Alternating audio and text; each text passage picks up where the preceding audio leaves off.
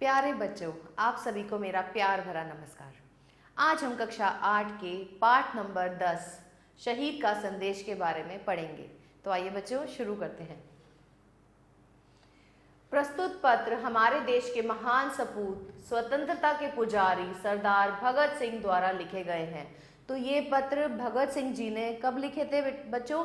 जब वो जेल में थे। पहला पत्र पिता के लिए तथा दूसरा पत्र अपने साथियों को संबोधित करते हुए लिखा है। इन पत्रों के माध्यम से हमें अनेक महान चरित्र और पवित्र विचारों का परिचय मिलता है। इन्हीं पत्रों के द्वारा हमें पता चलता है कि उनका चरित्र कितना महान था, कितना पवित्र था। तो आइए बच्चों शुरू करते हैं। तो ये पत्र कहाँ से लिखा गया है? दिल्ली जेल से। तो दिल्ली जेल से किसको लिख रहे थे पहला पत्र उन्होंने लिखा था अपने पिताजी को। तो दिल्ली जेल 26 अप्रैल 1929 में पहला पत्र लिखा था। पूज्य पिताजी महाराज, तो पहले उन्होंने अपने पिताजी को प्रणाम किया। वंदे मातरम, तो यहाँ पर भी उन्होंने सबसे पहले अपने देश को ऊपर रखा। अर्ज यह है कि हम लोग 22 अप्रैल को पुलिस की हवालात से दिल्ली जेल में मुंतलिब कर दिए गए थे।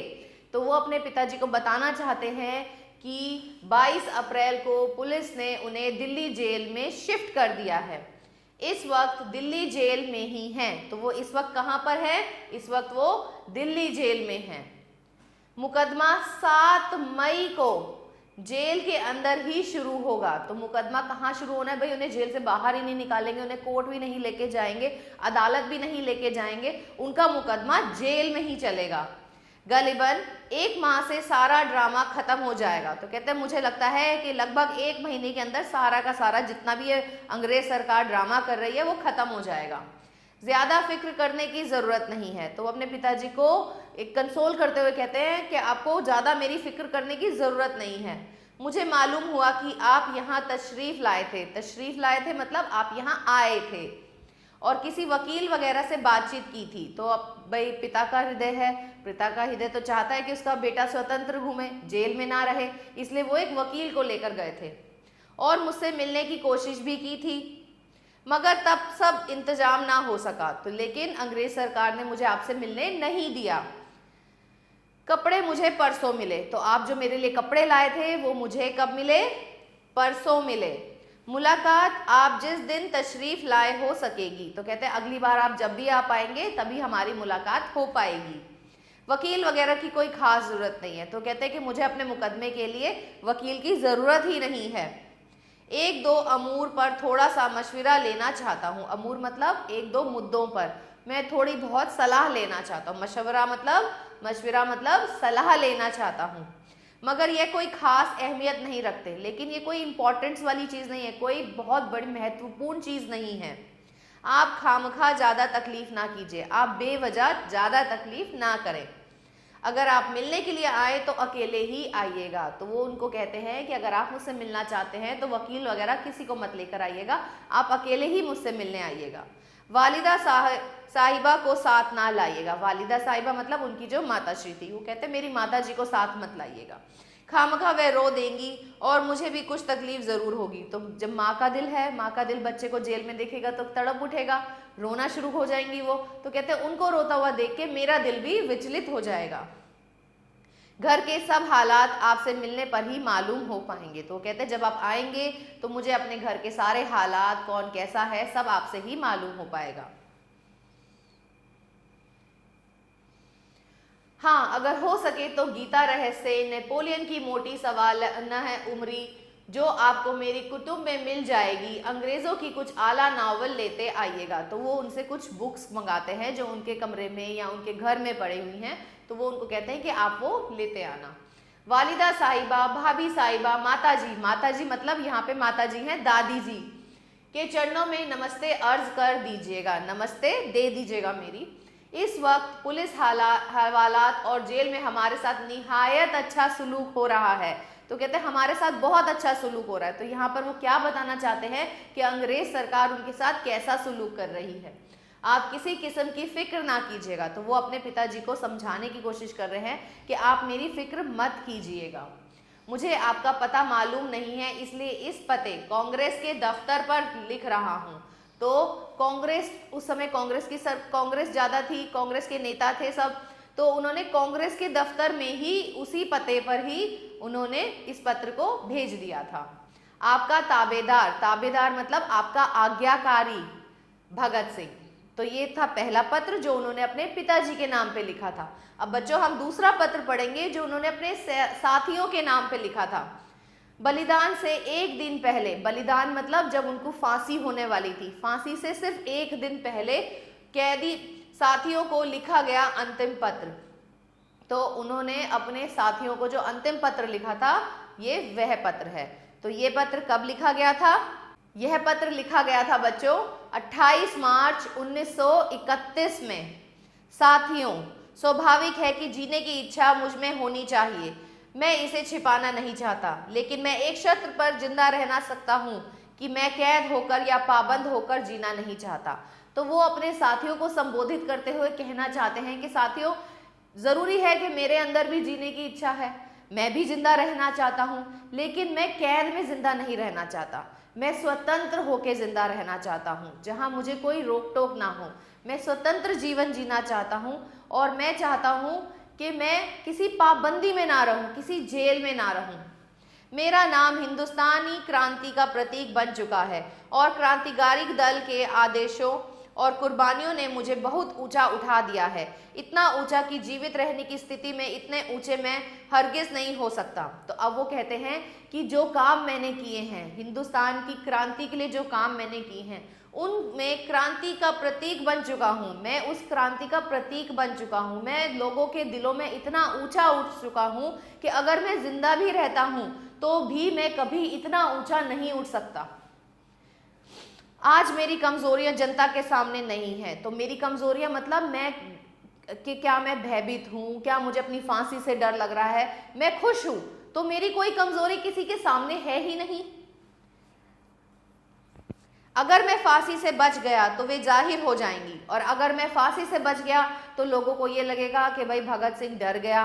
तो मैं नहीं चाहता ऐसा कुछ हो, और क्रांति का प्रतीक चिन्ह मध्यम पड़ जाएगा, और जो जो प्रतीक मैं बना हुआ हूँ इस समय के लोगों के हृदय में मैं राज कर रहा हूँ, वह चिन्ह जो है वो धूमिल हो जाएगा, वह हल्का हो जाएगा, संभवतः मिट ही जाए।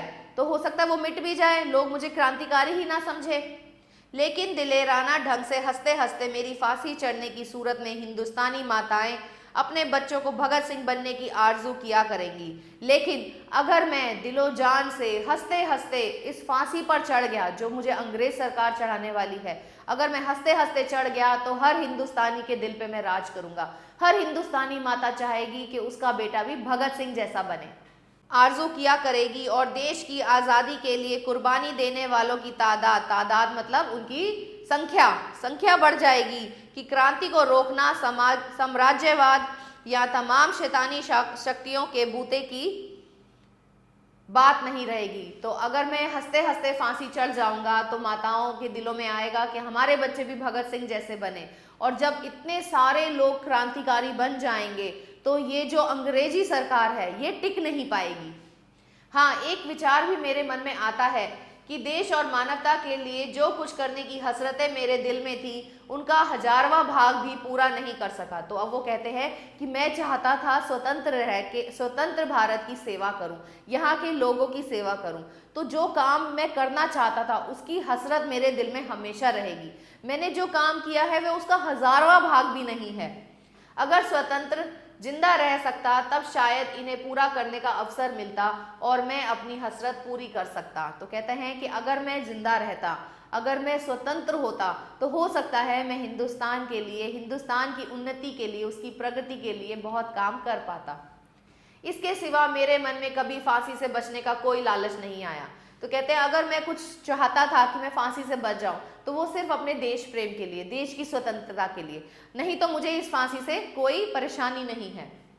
मुझे अधिक सौभाग्यशाली कौन होगा, मुझसे अधिक सौभाग्यशाली कौन होगा जिसे देश पर मर मिटने का अवसर प्रदान हो रहा है। आजकल मुझे स्वयं पर बहुत गर्व है। तो कहते हैं मुझे अपने आप पर बहुत गर्व है, मैं बहुत अपने आप को गर्वित महसूस करता हूँ कि मैं अपने देश के लिए जान देने जा रहा हूँ। अब तो बड़ी बेताबी से अंतिम परीक्षा का इंतजार है। बेताबी मतलब बहुत उत्सुकता से, अंतिम परीक्षा मतलब इस फांसी से, फांसी का इंतजार है, कामना है कि यह और नजदीक हो जाए।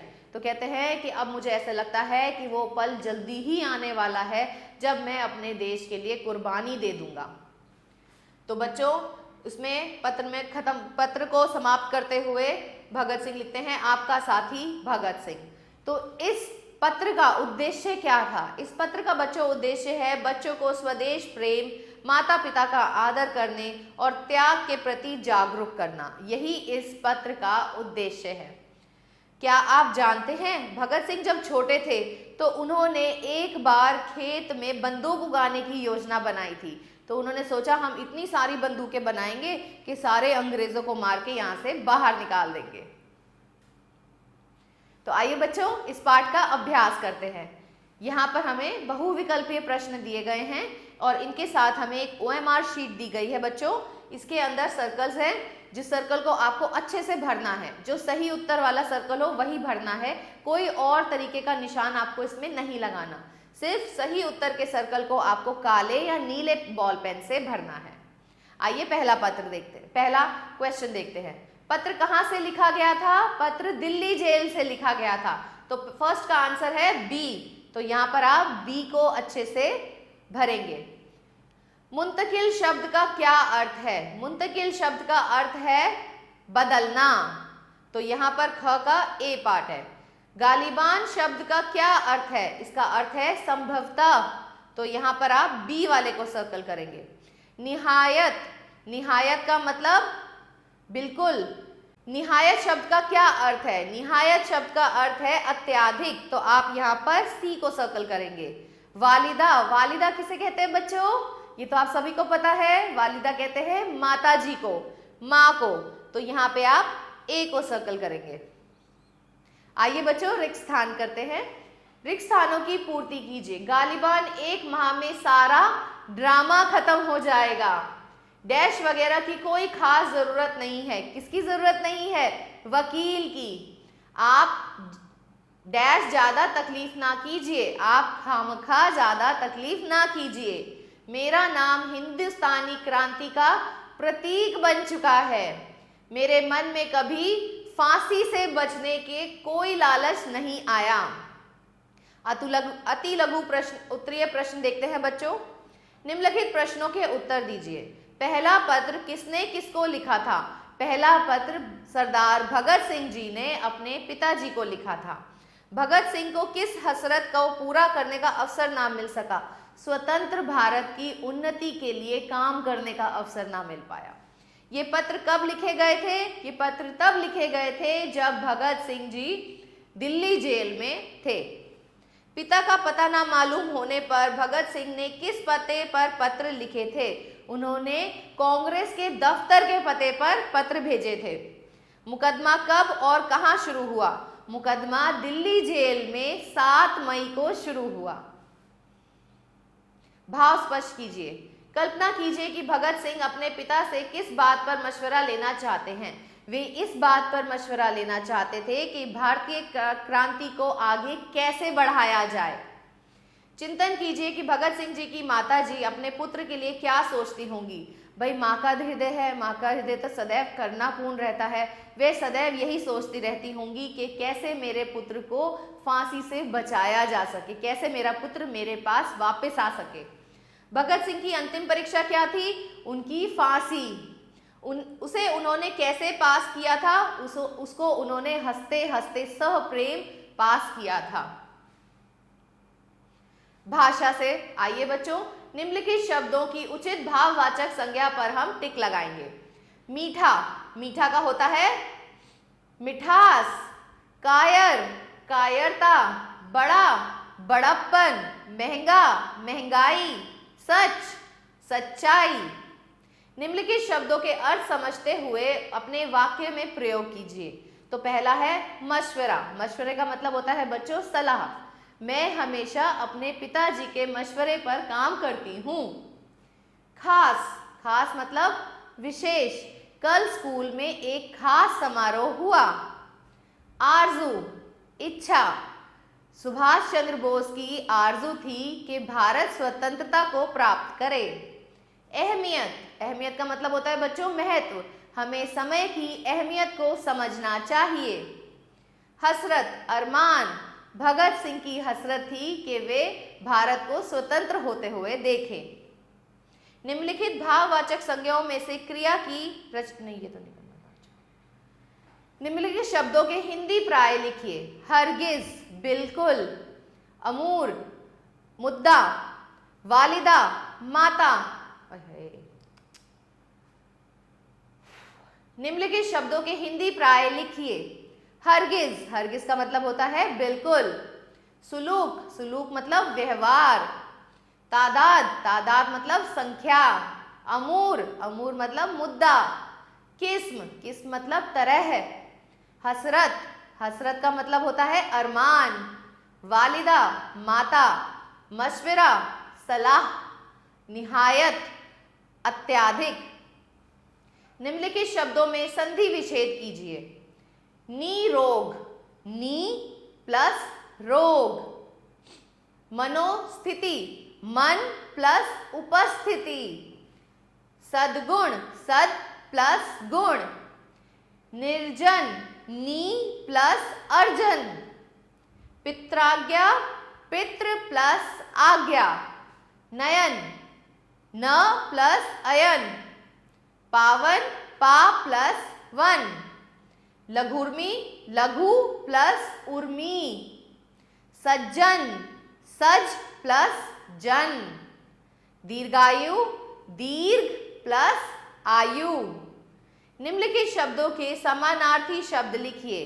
नजदीक, नजदीक का मतलब समीप। समानार्थी शब्द मतलब बच्चों हमें पर्यायवाची लिखने हैं, तो नजदीक का मतलब होता है पास, समीप। गर्व, गर्व का होता है घमंड। लालच, लालच होता है लोभ। फिर गलत कर दिया। निम्नलिखित शब्दों के समानार्थी शब्द लिखिए। समानार्थी शब्द कौन से होते हैं बच्चों? उनके पर्यायवाची। तो देखते हैं पहला, नजदीक, नजदीक का होता है समीप, पास। अंतिम, अंतिम आखिरी। परीक्षा, परीक्षा होता है इम्तिहान। गर्व, गर्व मतलब घमंड। अवसर, मौका। इच्छा, कामना। लालच, लालच मतलब लोभ। इंतजाम, इंतजाम मतलब व्यवस्था। वक्त, समय।